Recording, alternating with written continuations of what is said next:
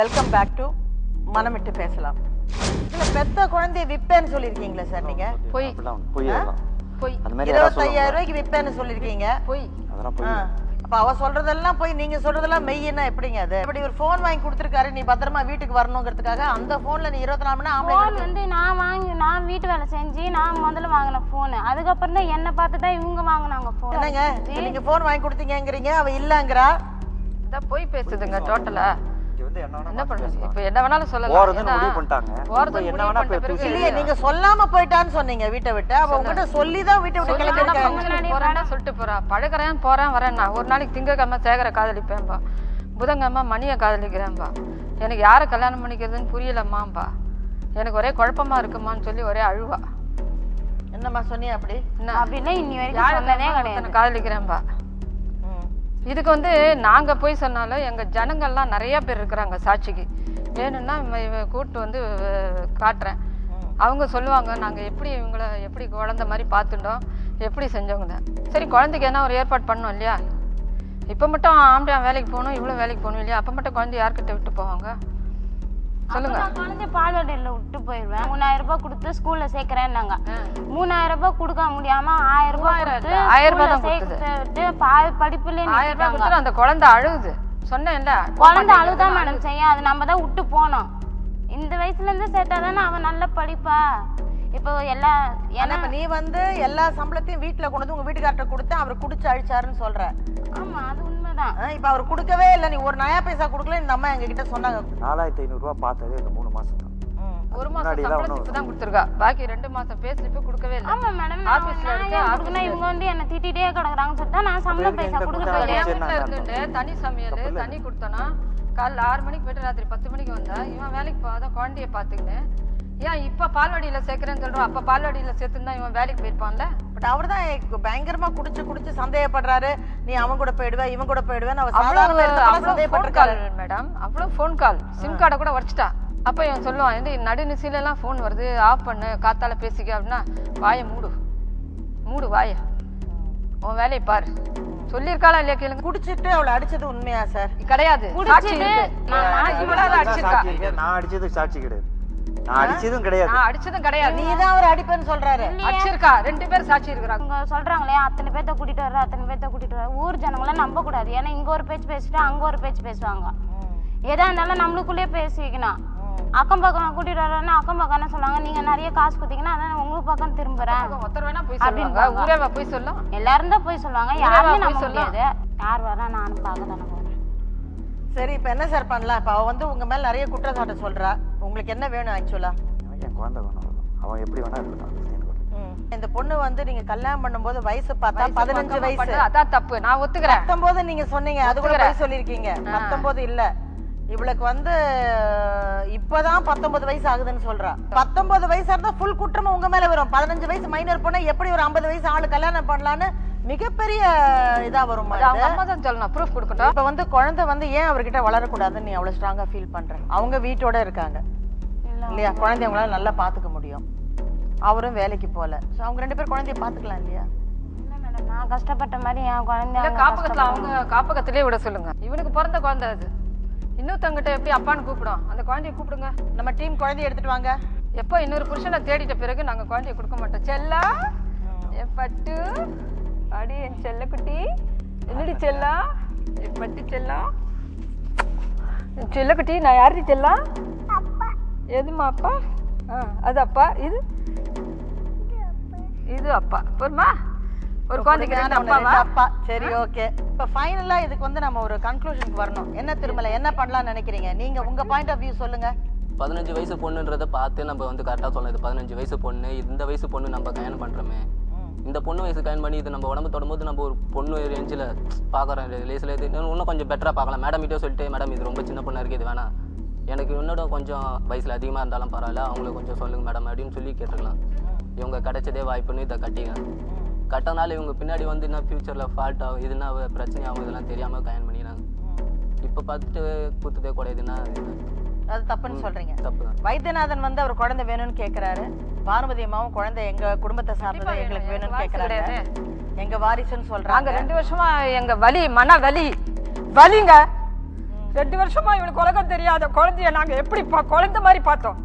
நான் பெத்த பொண்ணாட்டம் பார்த்தா அவளை.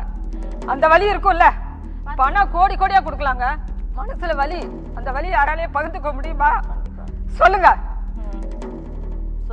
குழந்தை கொடுக்க முடியாதுங்கிறால கோர்ட்ல சட்டப்படி பாத்துக்கலாம். நாங்க இதனால ஜெயிலுக்கு போய் உட்கார்ந்தா கூட பரவாயில்ல, எங்களை தூக்கி உள்ள போட்டோம். சும்மா விட மாட்டேன். காப்பகத்துல அவங்க அம்மா காப்பகத்துல அவ பண்ண தப்புக்கு காப்பகத்துல எடுத்துக்கோ, நாங்க வந்து பாக்குறோம். காப்பகத்துல பொறுப்பா ஒரு இடமா அது இருக்கும்ல.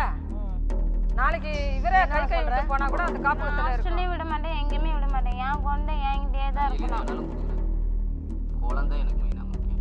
கோர்ட்டுக்கு சட்டம் தெரியும், கோர்ட்டுக்கு நியாயம் தெரியும். சட்ட பிரகாரம் வந்து நீங்க போகும்பொழுது கண்டிப்பா வந்து குழந்தைக்கு வந்து அவருக்கும் உரிமை இருக்கு, அவளுக்கும் உரிமை இருக்கு. ஆனா பொன் குழந்தை தாயோட தான் இருக்கணும்.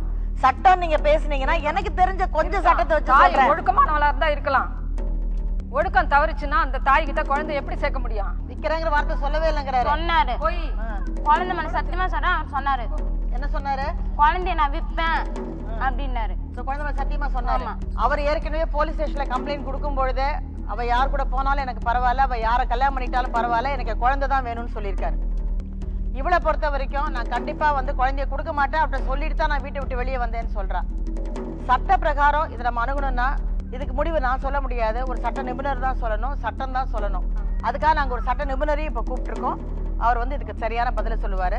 இதுல பாத்தீங்கன்னாக்கா 56 வயது முடிந்த ஒரு நபர் 15 வயது கூட முடியாத ஒரு நபரை கல்யாணம் செய்யறதே சட்டப்படி தப்புங்க. ஸோ அதை பார்த்தீங்கன்னா அதுவே ஃபர்ஸ்ட் இதுலேயே அது ஒரு சட்ட ரீதியான தவறான விஷயம். அதை தாண்டி பார்த்தீங்கன்னாக்கா அடுத்தது ஒரு கல்யாணம் இருக்கிற போது இன்னொரு கல்யாணன்றதும் வந்து இந்திய சட்டத்தின்படி தவறானது. அதுவும் தண்டனைக்குரிய விஷயம். இது ரெண்டுத்தையும் தாண்டி பார்த்தீங்கன்னாக்கா இது ரெண்டுத்துக்கும் ஒத்துக்கிறாங்கன்ற மாதிரி ஒரு கட்டாயம் ஏற்பட்டால் அந்த குழந்தை வந்து அப்பா கூட இருக்கணுமா இல்லை அம்மா கூட இருக்கணுமான்றதை தீர்மானிக்கணும்.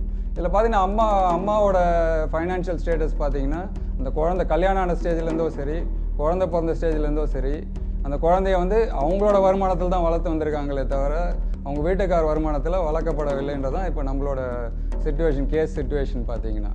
இப்படி இருக்கும்போது பார்த்தீங்கன்னா அப்பாவோட அந்த குழந்தைய கொடுக்க முடியாது. ஏன்னா அவரையே காப்பாற்றிக்க முடியாத ஒரு சிச்சுவேஷனில் பார்த்தீங்கன்னா குழந்தைய எப்படி காப்பாற்றுவார்ன்றது ஒரு கேள்விக்குறி. இந்த சைடு பார்த்தீங்கன்னா இந்த அம்மா இன்னொரு கல்யாணம் பண்ணிக்க போகிறாங்க. கல்யாணம் பண்ணி இப்போ அந்த நபர் மூலிமா இன்னொரு குழந்தை பிறந்தா இந்த குழந்தைக்கு அதே அன்பு அந்த அப்பாவிடமிருந்து கிடைக்குமான்றதும் ஒரு கேள்விக்குறியான விஷயம்தான். ஸோ அப்படி இருக்கிற கட்டாயத்தில் பார்க்கும்போது அந்த குழந்தை அந்த சிச்சுவேஷனில் சூழ்நிலை வளர்ந்தாலும் அந்த அப்பாவால் அவருக்கு தொல்லை வராது, டார்ச்சர்ஸ் இருக்காதுன்றதுக்கும் ஒரு கட்டாயம் கிடையாது, ஒரு கேரண்டி இல்லை. ஸோ அப்படி இருக்கும்போது அந்த மாதிரி ஏதாவது அந்த குழந்தைக்கு இல் ட்ரீட்மெண்ட் நடந்தால் அந்த ஸ்டேஜில் பார்த்தீங்கன்னா அப்பாவோட இருக்கிறது பெட்ரு. ஆனால் இதில் ரெண்டுமே வந்து பார்த்தீங்கன்னா டபுள் ஏஜ் மாதிரி இவங்களுக்கும் சாதகமான இதுவும் இருக்குது, அவங்களுக்கு சாதகமான விஷயங்களும் நிறைய இருக்குது. ஸோ இவருக்கு பார்த்தாக்கா ஃபைனான்ஷியல் கெப்பாசிட்டி கிடையாது. லைஃப் சைக்கிள் பார்த்தீங்கன்னா ஆல்ரெடி 59 இயர்ஸ் கம்ப்ளீட் ஆகிடுச்சு. ஸோ அப்படி இருக்கும்போது திரும்ப இந்த குழந்தைய வளர்த்துட்டு இருக்கும்போது அவருக்கு எதாவது ஆச்சுனாக்கா அந்த குழந்தையோட கதி நடுத்தரில் நிற்கிற மாதிரி வரும். அம்மாவோட இருந்தாலும் இந்த பிரச்சனைகள் இருக்குது. ஸோ இதை வந்து ஒரு நீதிமன்றம் மூலிமா நீதிபதி மூலிமா தீர்க்கிறது தான் கரெக்டு. ஸோ 5 வயது வரைக்கும் வந்து அந்த டெண்டர் ஏஜ்னு சொல்லுவாங்க. டெண்டர் ஏஜில் வந்து அம்மாவோட குழந்தை இருக்கிறது தான் சரியான விஷயம். ப்ளஸ் ஃபைனான்ஷியல் ஆஸ்பெக்ட்னு பார்த்தாலும் அவங்கக்கிட்ட தான் ஃபைனான்ஷியல் ஆஸ்பெக்ட் இருக்கிறதுனால இந்த குழந்தை அவங்ககிட்ட வளர்றது தான் அட்வான்டேஜ்னு நான் நினைக்கிறேன். இவ்வளவு நேரம் சட்ட நிபுணர் சொல்றதெல்லாம் கேட்டோம். இந்த குழந்தை வந்து தகப்பனோட இருக்கணுமா இல்லை தாயோட இருக்கணுமா இல்லை காப்பகத்தில் இருக்கணுமான்னு நீங்கள் கூட எங்களுக்கு எழுதலாம். இருந்தாலும் இறுதி முடிவு வந்து சட்டம் சொல்கிறது தான். மறுபடியும் இதே மாதிரி ஒரு சுவையான நிகழ்ச்சியோட உங்களை சந்திக்கிறேன். என் மாமனார் என்கிட்ட தரக்குறவா பேசுறாரு, டார்ச்சல் பண்றாரு, இங்க படு அங்க படுன்னு சொல்றாரு. என்ன கொடுமைலாம் நடக்குது நாட்டில் புரியவே மாட்டேங்குது. ட்ரெஸ்ஸு அழகழகா எடுத்து பாவாடை தான் அவனுக்கு தைச்சி கொடுத்து அப்படி போட்டு பின்னால் நின்று பார்ப்போம். நான் உயிரோட வரைக்கும் இது நடக்காது அப்படின்னு ஒரு எச்சரிக்கைக்காக இந்த மண்ணனை எடுத்து ஊற்றிட்டு நின்றுருக்கு. நீ உயிரோட வரைக்கும் நடக்காதுன்னா நீ இறந்த பிறகு நான் பண்ணிக்கிறேன்ட்டு சிகரெட் பற்ற வச்சுட்டு இருந்தவன் அந்த சிகரெட்டு புகையை தூக்கி போட்டதும் பிடிச்சிட்டு எரிஞ்சிருக்கு. எரிஞ்சு போன ஒரு கறிக்கட்டை மாரி கடந்ததுமா.